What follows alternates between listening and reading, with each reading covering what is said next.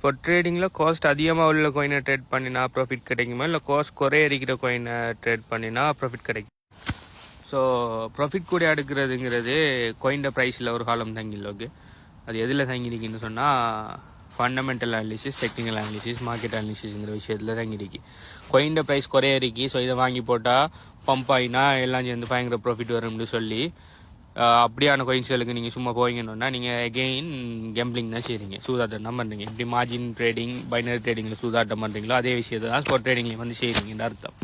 So ட்ரேடிங்குக்கு முதலாவது என்ன செய்யணும்னா கோயின்ட ஃபண்டமெண்டல் அனாலிசிஸ் பண்ணணும். ஃபண்டமெண்டல் அனாலிசிஸ்னால் அந்த கோயினுக்கு பின்னால் இருக்கிறார்கள் யார், அவங்களுக்கு என்னென்ன எக்ஸ்பீரியன்ஸ் இருக்குது, இந்த கோயின் என்ன பர்பஸுக்காக உருவாக்கப்பட்டிருக்குது, அந்த கோயினுக்கு பின்னுக்கு இருக்கிற கம்பெனி என்ன பிரச்சனையை சால்வ் பண்ணுறாங்க. இப்போ உதாரணத்துக்கு எத்தூரியத்தை பார்த்தீங்கன்னு சொன்னால் ஒரு சாஃப்ட்வேர் கம்பெனி, பிளாக் செயின், அடுத்தது ஸ்மார்ட் கான்ட்ராக்டில் உருவாக்குறது. ஸோ அதுக்கு ஒரு யூட்டிலிட்டி இருக்குது. பிஎன்பி எடுத்துக்கிட்டீங்கன்னு சொன்னால் அது ஒரு எக்ஸ்சேஞ்ச், அப்போ அதுக்கு ஒரு யூட்டிலிட்டி இருக்குது. ஸோ ஒவ்வொரு கோயினுக்கு பின்னால் ஒவ்வொரு யூட்டிலிட்டி. ஃபண்டுக்கு மீமி கோயின் இல்லாமல் இருக்குதுன்னு சொன்னால் அந்த கோயின்ல எல்லாம் ட்ரேட் பண்ண போகாதீங்க, நீங்கள் பயங்கரமாக லொஸ்ட்டாக போவீங்க. ஓகே, ஸோ முதலாவது ஃபண்டமெண்டல் அனாலிசிஸ் பண்ணணும். அடுத்து டெக்னிக்கல் அனாலிசிஸ் பண்ணணும். டெக்னிக்கல் அனாலிசிஸ்ன்னு சொன்னால் கிராஃப்ஸில் சில பேட்டர்ன்ஸ் இருக்குது. ஓகே, ஸோ அந்த பேட்டர்ன்ஸ் எல்லாம் படித்து எப்படி மார்க்கெட் இந்த மாதிரி மூவ் ஆகும், இப்போ என்ட்ரி எடுக்கிறதுக்கு நல்லமா இல்லையா, நல்ல பொசிஷனில் இருக்காங்கிறத அதை படிக்கணும். அதை படித்து ஃபண்டமெண்டல், மார்க்கெட், டெக்னிக்கல் இது எல்லாத்தையும் படித்து உங்களுக்கு ஓகேன்னு சொன்னதுக்கு பிறகு நீங்கள் நிறைய ட்ரை பண்ணதுக்கு பிறகு உங்களுக்கு ஒரு எக்ஸ்பீரியன்ஸ் வந்து வரும்.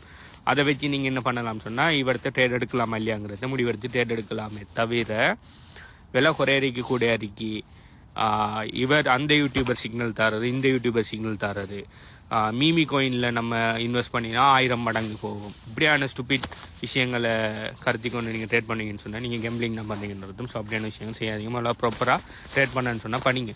எந்த ஒரு விஷயம் செய்கிறதுக்கு முதல்ல அது சம்மந்தமான நாலேஜ் எடுக்கணும், படிக்கணும். ஸோ ட்ரேடிங் செய்கிறேன்னு சொன்னாலும் கட்டாயம் நீங்கள் படிக்க தான் வேணும்.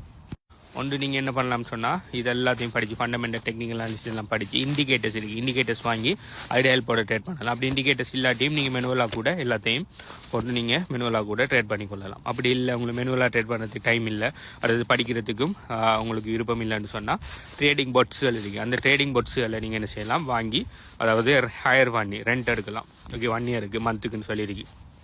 அதை ஹையர் பண்ணி அதை கனெக்ட் பண்ணி போட்டு அதை கூட நீங்கள் உங்களோட எக்ஸ்சேஞ்சு கனெக்ட் பண்ணி விட்டீங்கன்னு சொன்னால் அது உங்களுக்கு ட்ரேட் பண்ணி கொண்டிருக்கு. ஸோ இப்படி கூட செய்யலாம். அது பெசிவ் வே. இன்னொன்று மெனுவலாக ட்ரேட் பண்ணுறது ஆக்டிவ் வே. இதில் எது வேணுனாலும் நீங்கள் செஞ்சு கொள்ளலாம். ஆனால் margin trading, futures trading, binary trading பின்னால் போகாதீங்க. இதாகி போயிடுவீங்க. இது உங்களோட பணத்தை எல்லாம் லாஸ் பண்ணுறதுக்கு நிறைய சான்ஸ் இருக்குது.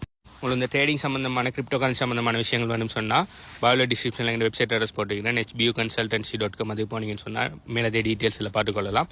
நீங்கள் பிஸ்னஸ் அசோசியேட் ஆல்ரெடி பேசியிருந்தீங்கன்னா அவங்கள்ட்ட கேட்டுக்கொள்ளுங்க. அப்படி இல்லாட்டி அதில் இருக்கிற வாட்ஸ்அப் நம்பரை கான்டாக்ட் பண்ணுங்கள். பாய்.